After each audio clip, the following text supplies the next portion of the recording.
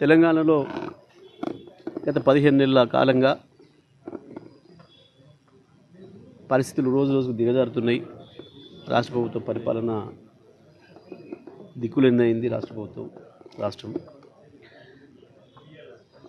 ఒక అరాచకమైన పరిస్థితి వచ్చింది. ప్రజలకు ఇచ్చిన హామీల సంగతి పక్కన పెడితే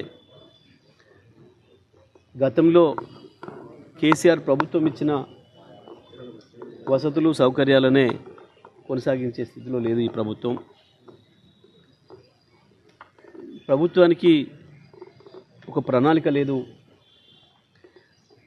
ఉన్నది ఒక్క ప్రణాళిక, కేవలం డబ్బులు దోసుకోవడం. లంచాల రూపంలో ఒకవైపు అయితే కమిషన్లు అనేది ఇవాళ సర్వసాధారణం అయిపోయింది. ఏ సాధారణమైన వ్యక్తిని పలకరించినా ప్రభుత్వంలో పనిచేసిన దానికి పోవాలంటే రూట్లు దేవులాడుకోవాల్సిన పరిస్థితులు ఉన్నారు. 10 నుంచి 20% చేరింది కమిషన్ ఇప్పుడు అనేది ప్రజలందరూ మాట్లాడుకుంటున్నమాట.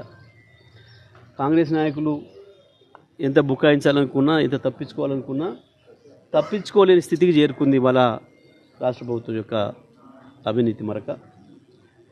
స్వయంగా సెక్రటేరియట్లోనే ఆర్థిక మంత్రి ఛాంబర్ ముందే కాంట్రాక్టర్లు పాపం నిరసన తెలపాల్సిన పరిస్థితి.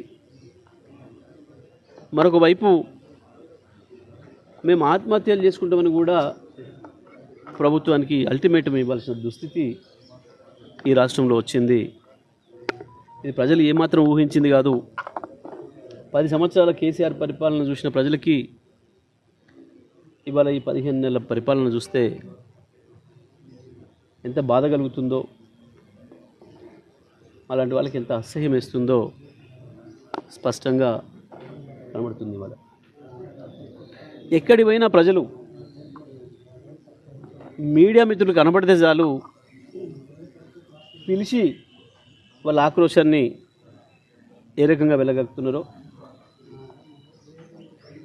ముఖ్యమంత్రి కనబడితే అది పెళ్లి కార్యమా, అది సాగు కార్యమా, ఇంకో కార్యమా అనేది కూడా చూడకుండా ఏ రకంగా వాళ్ళ నిరసనను లేదా వాళ్ళ ఆకాంక్షని తెలియజేస్తున్నారో మనం చూస్తూ ఉన్నాం. నిన్న మొన్న జరుగుతున్న సంఘటనలు చాలా దురదృష్టకరం. ఇది ఇప్పటికైనా రాష్ట్ర ప్రభుత్వం సరి చేసుకోవాలి. ఈ కమిషన్లు మనం కర్ణాటకలో చూసినాం. ఇంత బహిరంగంగా కమిషన్లు తీసుకొని ఇబ్బందులు పెడుతున్నారు కాంట్రాక్టర్లు అన్న దాని మీదనే అక్కడ ప్రజలు ఆడ ప్రభుత్వాన్ని మార్చిండ్రు. దురదృష్టవశాత్తు ఇవాళ తెలంగాణలో అదే మళ్ళీ రిపీట్ అవుతుంది. ఈ కమిషన్ల దందాను వెంటనే ఆపాలని చెప్పి బీఆర్ఎస్ పార్టీగా మేము డిమాండ్ చేస్తున్నాం. కాంట్రాక్టర్లు ఎవరైతే ఉన్నారో పాపం చిన్న కాంట్రాక్టర్లు అందరూ వెంటనే ప్రతి ఒక్కరి బిల్లు చెల్లించాల్సిన బాధ్యత రాష్ట్ర ప్రభుత్వం పైన ఉంది. వాళ్ళని కాపాడాల్సిన బాధ్యత ఉంది. ఈ ప్రభుత్వం ఇప్పటి వరకు ఎన్ని బిల్లులు చెల్లించింది కాంట్రాక్టర్లై, ఎవరెవరికి చెల్లించింది బయట పెట్టాల్సిన అవసరం ఉంది. మేము డిమాండ్ చేస్తూ ఉన్నాం బీఆర్ఎస్ పార్టీగా. కేవలం పెద్ద కాంట్రాక్టర్లకు కొద్ది మందికి వాళ్ళకి ఎక్కువ కమిషన్ వచ్చే చోట మాత్రమే మంత్రులు ఆ స్థాయి, పై స్థాయిలో ముఖ్యమంత్రి స్థాయి కార్యాలయం నుంచి మాత్రమే వచ్చిన ఫోన్లకు వాళ్ళకు ఇస్తున్నట్టుగా చిన్న కాంట్రాక్టర్లు అందరూ కూడా ఆరోపిస్తున్నారు.